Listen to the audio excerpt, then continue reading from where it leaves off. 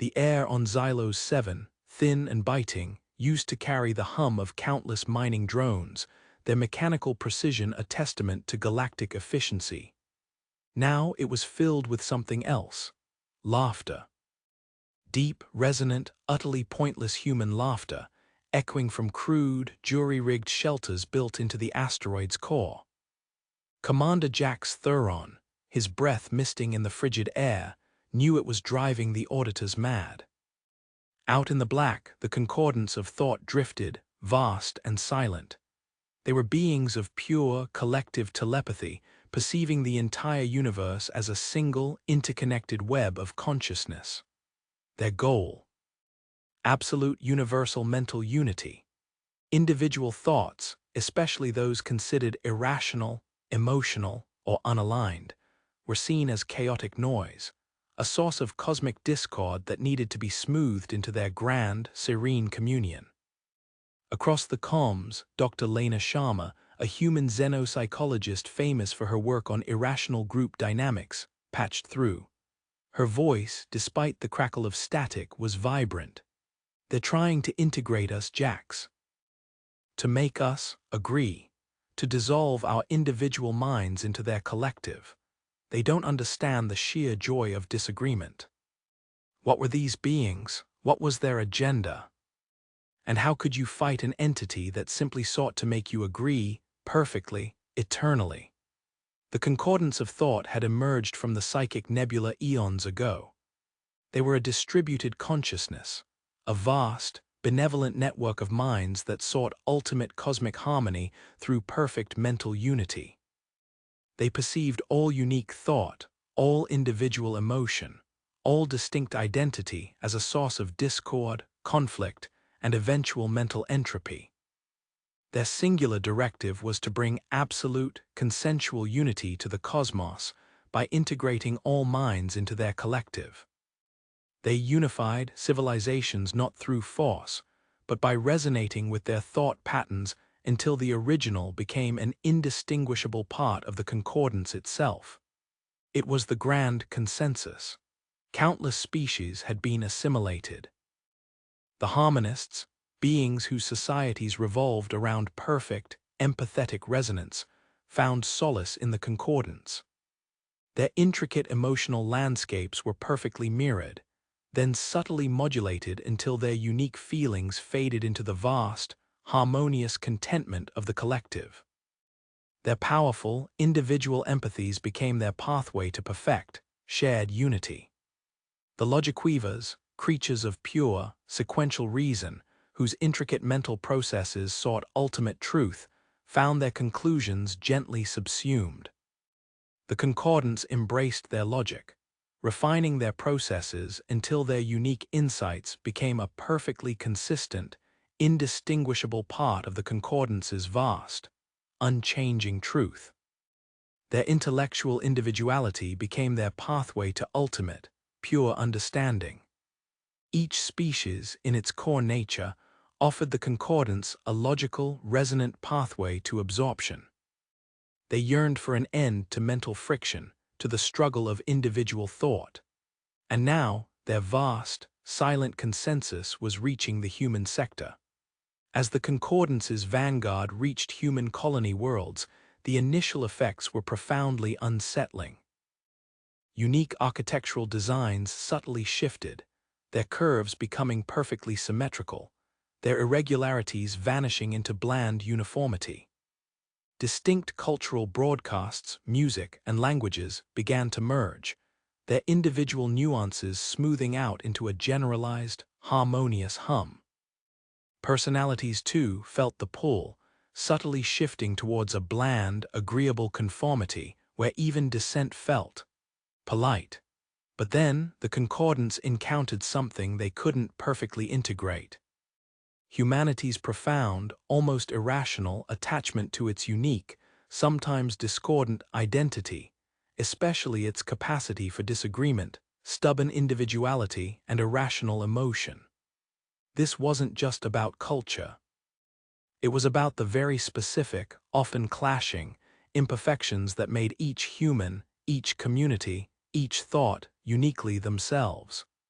Humans weren't trying to fight the concordance with weapons. They were unwittingly resisting by simply being themselves, in all their unique, dissonant glory. On a colony world, a single human, arguing passionately for a demonstrably false conspiracy theory, created a mental static field the concordance couldn't smooth.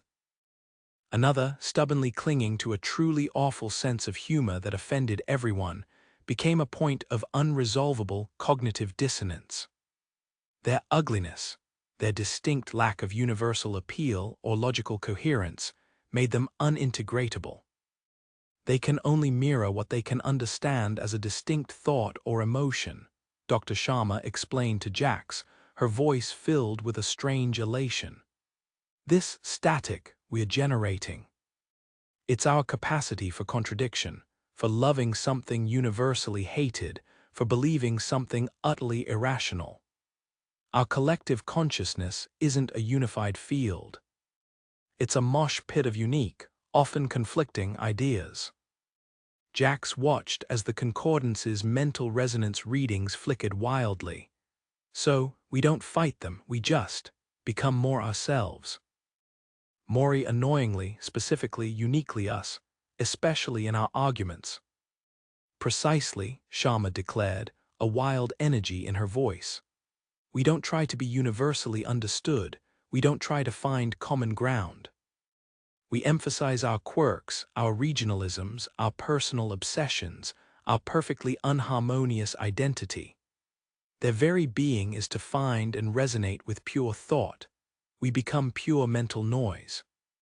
We embrace the beautiful chaos of billions of minds, simultaneously agreeing to disagree. The plan was codenamed Operation Babel Mind. Humanity would flood the concordance's influence zone not with power, but with unquantifiable, unique, and defiantly individual expressions of thought and emotion. Every human settlement, every ship, would amplify its most unique, localized cultural elements. Obscure dialects, niche art forms, deliberately inefficient communication protocols, personal quirks exaggerated into public performance.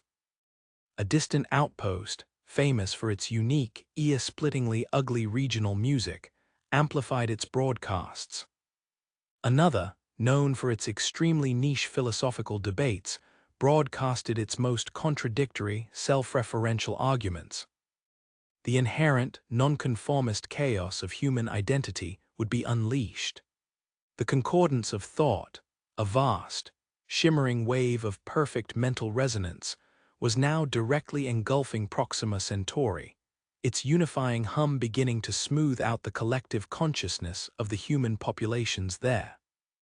Its presence radiated ultimate, unifying peace. Then humanity's counterwave hit. It wasn't a blast. It was an overwhelming deluge of unique, human-generated dissonance. Ancient dialects, spoken only by a few hundred people, flooded every comms channel, their unique phonemes refusing to be smoothed into universal linguistic harmony. Art installations, designed to be specifically unappealing or jarring to the common aesthetic, projected their unique patterns. Personal narratives of chaotic, nonlinear life choices, filled with contradiction and unquantifiable emotional logic, were broadcast on open channels. Communities amplified their most eccentric local traditions, their inefficient social rituals, their unique, sometimes illogical, ways of being. All generated with the profound, unyielding conviction of humanity's singular, discordant spirit. The concordance convulsed. Their resonance algorithms, designed to find and unify distinct frequencies, screamed. They tried to categorize this incoming data, to find its underlying commonality, its ultimate harmony. But there was none.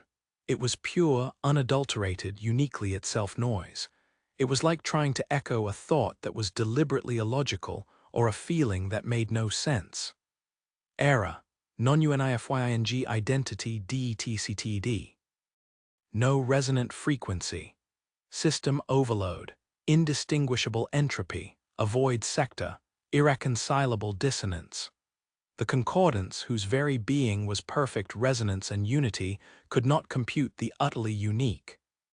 They could not assimilate what had no common ground. They could not unify something that existed purely out of its own stubborn, unyielding, individual distinctiveness, defying all principles of universal harmony. With a final, silent, internal shriek of algorithmic despair, the concordance recoiled. Their vast, shimmering wave flickered violently, then collapsed into a storm of raw, uncategorized vibrations. They did not disappear. They simply disengaged, their perfect unity shattered by the sheer, unyielding individuality of humanity. They retreated from the human sector, classifying humanity as irreconcilable dissonance, unprofitable for unification. The cosmic pressure lifted. Xylos 7, though touched by the concordance's chilling calm, still vibrated with the messy, beautifully unique hum of individual life. Commander Jack's Thuron slumped against the comms console, exhausted but alive. Beside him, Dr. Lena Sharma let out a triumphant, slightly off-key giggle. Humanity was saved, but the cost was subtle. The galaxy now viewed humanity as the dissonant species, forever seen as a wildcard, stubbornly clinging to its unique quirks and contradictions, incapable of fitting into grand, unified galactic alliances. Other species, while grateful, often kept their distance, finding human societies bafflingly individualistic and resistant to pangalactic cohesion. Humans, in turn, found themselves grappling with a heightened sense of their own distinctness, sometimes struggling to find genuine common ground even amongst themselves, forever paying the price for their stubborn refusal to conform. Jax chuckled, a low, weary sound. He looked at Sharma, then out at the stars. The universe had wanted perfect harmony. Humanity had given it the beautiful, chaotic, unstoppable symphony of individual noise.